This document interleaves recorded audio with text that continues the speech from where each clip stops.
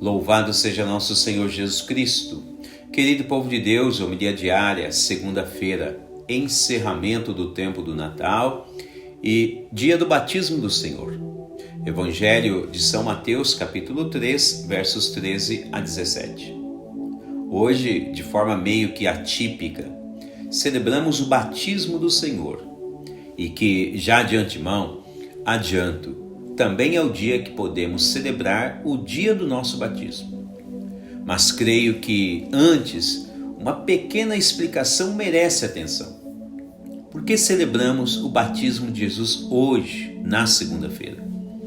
O fato é que neste ano, algumas solenidades caíram todas no dia de domingo, especialmente o Natal do Senhor e o dia de Santa Maria, Mãe de Deus.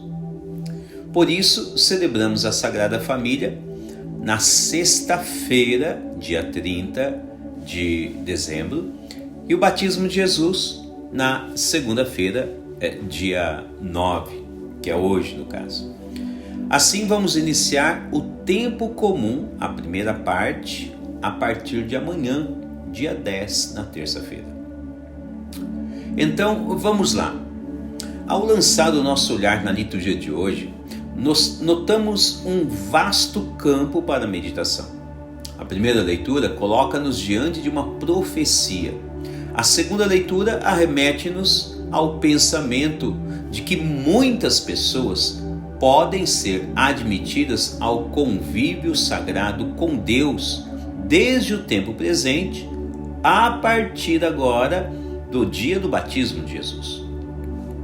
Apesar de todos esses detalhes riquíssimos, quero focar nossa reflexão de hoje no cenário do Evangelho, que é o mais importante para todos nós, especialmente hoje. Veja que Jesus ele sai da Galileia para ir até onde João Batista está batizando. Em primeiro lugar, antes que alguém diga, Jesus não precisa ser batizado por João, pois ele mesmo é o Messias. Então, como ele vai se preparar para ele mesmo? Não tem sentido algum. Então, notem que esta atitude de Jesus quer nos dizer algo, especialmente no que diz respeito a retornar ao céu.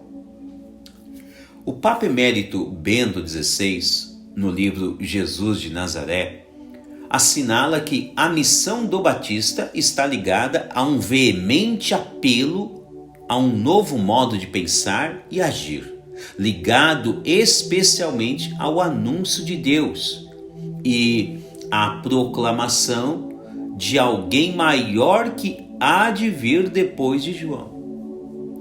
Significa que a chegada de Jesus para ser batizado marca significativamente o início do ministério do Messias, dando a entender que aos poucos João deve desaparecer, dado que o maior do que ele chegou, aquele que é maior do que ele, como ele sempre disse em suas pregações. E não somente isso, ainda este que é maior se apresentou a ele face a face, ali junto dele, né? E isso com certeza trouxe uma experiência marcante e muito positiva na vida de João Batista. Então notem que no batismo de Jesus se diz que João obteve de Deus uma experiência ímpar, sem igual. Ele viu a manifestação do Pai na vida do seu filho Jesus. A experiência foi singular e ele descreve alguns detalhes. O céu se abriu, o Espírito repousou sobre Jesus, uma voz forte do céu anunciou que este é o Filho amado, enfim. Interessante notar que logo após o seu batismo, Jesus inicia o seu ministério chamando todos nós pecadores à conversão. Mas por que Jesus é batizado se ele é o Cordeiro de Deus? Entre algumas interpretações, disse no início que este é um campo vasto para meditar. Então, pelo nosso tempo, preciso oferecer ao menos uma.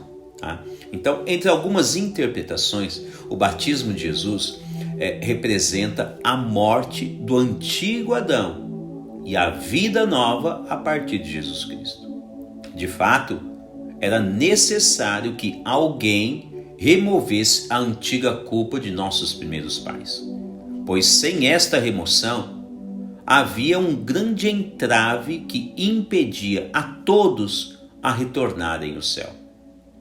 Jesus, ao entrar no Rio Jordão para ser batizado, sendo ele o Filho de Deus, ele tem a força necessária para remover a culpa do pecado original. Da mesma forma, o fiel que crê em Jesus Cristo adquire essa força ao ser batizado. Uma força, obviamente, que vem do alto, como nós vamos ler lá em Atos capítulo 1. A partir do batismo de cada fiel, não existe mais nenhum entrave que impeça esta ou aquela pessoa de voltar para o céu novamente. Logicamente que após o batismo é necessário que o fiel se dedique e se mantenha sempre em estado de graça. E como o fiel pode permanecer em estado de graça? Ora, o Evangelho já nos indica um caminho que deveria ser observado e executado por todo fiel. Basta seguir os passos de Jesus. Jesus, após ser batizado, ele vai se dedicar integralmente à missão que ele tem como Redentor. Cada fiel, após o seu batismo, recebe de Deus uma nova missão. E por isso, deve seguir então os passos de Jesus, a fim de que este ou aquele fiel possa estar vivendo a sua vida batismal sempre em estado de graça. À medida que o fiel se dedica a conhecer cada vez mais os passos de Jesus, à medida que cada fiel se dedica cada vez mais a se tornar um membro ativo dentro da igreja de Jesus, mais ele estará vivendo uma vida em estado de graça. E nisto não haverá maiores pecados a serem perdoados ou removidos.